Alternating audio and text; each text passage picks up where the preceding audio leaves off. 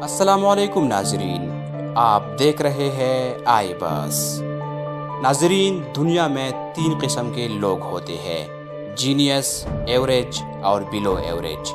ہمارے دنیا میں بلو ایوریج اور ایوریج کی کوئی کہانی نہیں ہوتی۔ یہ لوگ آتے ہیں، زندگی گزارتے ہیں اور اکثر اوقات اپنے جیسے بچے پیدا کر کے چپ چاپ دنیا سے رخصت ہو جاتے ہیں۔ لہٰذا ان کی زندگی پر کوئی کہانی، کوئی کالم اور کوئی کتاب لکھی جاتی ہے اور نہ کوئی ڈرامہ یا فلم بنائی جاتی ہے۔ یہ دنیا میں آتے ہیں تو کسی کو پتہ نہیں چلتا، یہ چلے جاتے ہیں تو بھی کسی کو علم نہیں ہوتا۔ جبکہ جینیس لوگوں کی کہانیاں بھی لکھی جاتی ہے اور ان پر فلمیں بھی بنتی ہے اور ان کے ڈرامے بھی بنائے جاتے ہیں۔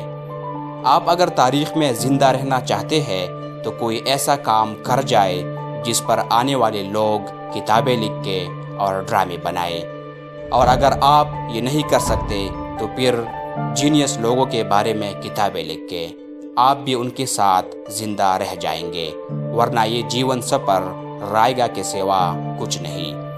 یہ ایک بات تھی۔ آپ اب دوسری بات ملاحظہ کیجئے۔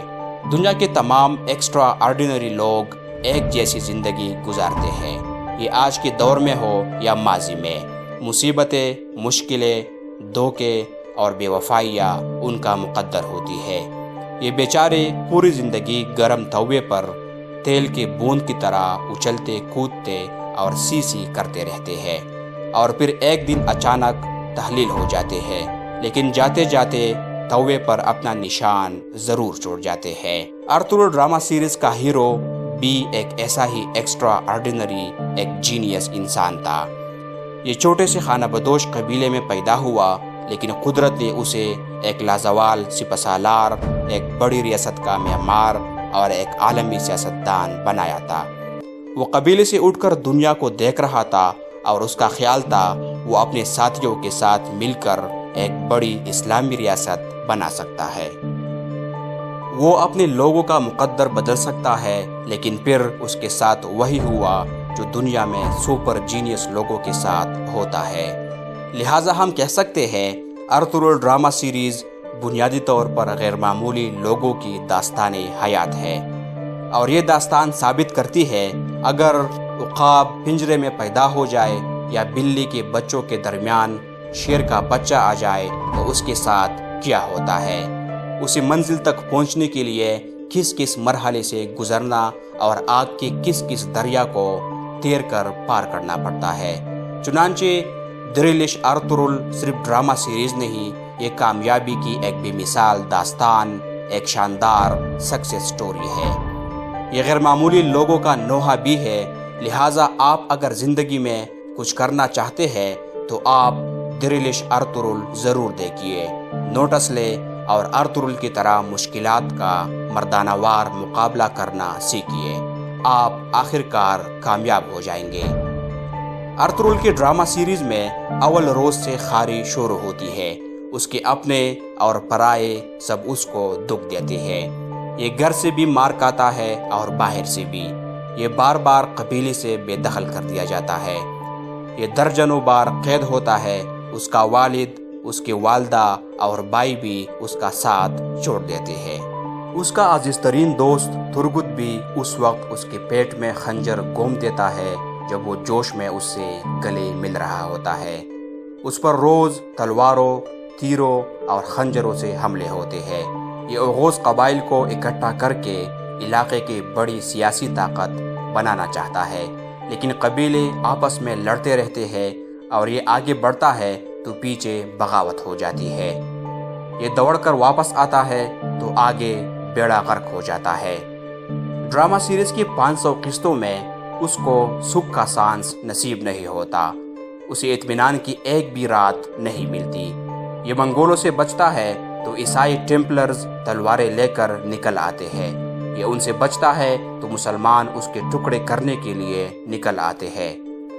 اس کی زندگی میں اپنے اور پرائے سب برابر ہے۔ ہر طرف جاسوسوں اور دشمنوں کا جال بچھا ہے۔ کون کس وقت حملہ کر دے یہ نہیں جانتا۔ سوتے ہوئے بھی اسے ایک آنکھ کھلی رکھنی پڑتی ہے۔ یہ ابھی ایک مسئلے سے نکلا نہیں ہوتا تو دوسرا مسئلہ سامنے کھڑا ہوتا ہے، ایک سے بچ کر نکلتا ہے تو تب کی آواز آتی ہے اور کوئی دوسرا اس پر حملہ کر دیتا ہے۔ مصیبتوں کے اس عالم میں اس کے صرف 4 مددگار ہوتے ہیں: ابن عربی، بیوی حلیمہ سلطان، والدہ حائمہ اور بچپن کی 3 دوست، اور بس۔ یہ جب انتہائی مجبور ہو جاتا تھا تو ابن عربی اس کے پاس پہنچ جاتے تھے اور قرآن مجید، احادیث اور سیرت کے واقعات سنا کر اس کا حوصلہ بلند کرتے تھے۔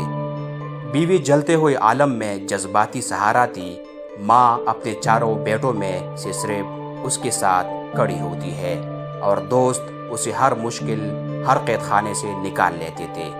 لہٰذا ارطغرل پوری سیریز میں کیچڑ میں پھنسے اس بیل کی طرح محسوس ہوتا ہے جو زور لگا کر گٹے کو کیچڑ سے باہر نکال رہا ہے، لیکن دائیں بائیں موجود لوگ اس گٹے پر مزید سامان لادتے چلے جا رہے ہیں۔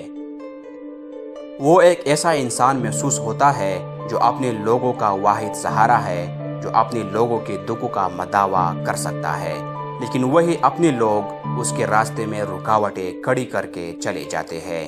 وہ ان سب مصیبتوں کا مقابلہ کرتا چلا جاتا ہے، لیکن پھر اچانک اس کا واحد جذباتی سہارا بھی ساتھ چھوڑ دیتا ہے۔ اس کی اہلیہ حلیمہ سلطان عین اس وقت انتقال کر جاتی ہے جب اس کا سب سے بڑا بیٹا صرف 3 سال، دوسرا بیٹا سال اور تیسرا 1 دن کا ہوتا ہے، اور یوں ارطغرل کو منگولوں سے مقابلے کے ساتھ ساتھ اپنے بچے بھی پالنا پڑتے ہیں، اور 3 بچوں میں سے 2 دودھ کی عمر میں ہے۔ آپ المیہ پر المیہ دیکھیے، یہ جب سلطان علاء الدین سلجوق سے سغوت کا زرخیز ترین علاقہ لے لیتا ہے تو اس کے قبیلے کے لوگ وہاں جانے سے انکار کر دیتے ہیں، اور وہ انہیں بڑی مشکل سے مناتا ہے۔ وہ بائی کو سمجھاتا ہے کہ ہمیں اناطولیہ کے پرامن اور زرخیز علاقوں کی طرف جانا چاہیے، تو بائی اسے قبیلے سے نکال دیتا ہے، اور یہ تھوڑے سے ساتھیوں کے ساتھ اناطولیہ جانے پر مجبور ہو جاتا ہے۔ چنانچہ یہ پوری ڈرامہ سیریز مصائب اور مشکلوں کے ستائے ایک ایکسٹرا آرڈینری انسان کی داستان حیات ہے۔ ارطغرل ڈرامہ سیریز سے یہ سبق ملتا ہے کہ آخری پتہ بہرحال برداشت، حوصلہ اور مسلسل لڑنے والے ہی پاتے ہیں۔ ارطغرل کیونکہ پوری سیریز میں گیو اپ نہیں کرتا، وہ کسی قسم کے حالات میں مایوس نہیں ہوتا، پیچھے نہیں ہٹتا، وہ ڈرتا نہیں، بھیگتا نہیں، کمپرومائز نہیں کرتا، اور وہ اللہ کے سوا کسی کے سامنے نہیں جھکتا۔ چنانچہ وہ آخرکار تمام مصیبتوں پر قابو پا لیتا ہے۔ امید ہے آپ کو یہ ویڈیو پسند آئی ہوگی۔ For more videos keep watching I بس۔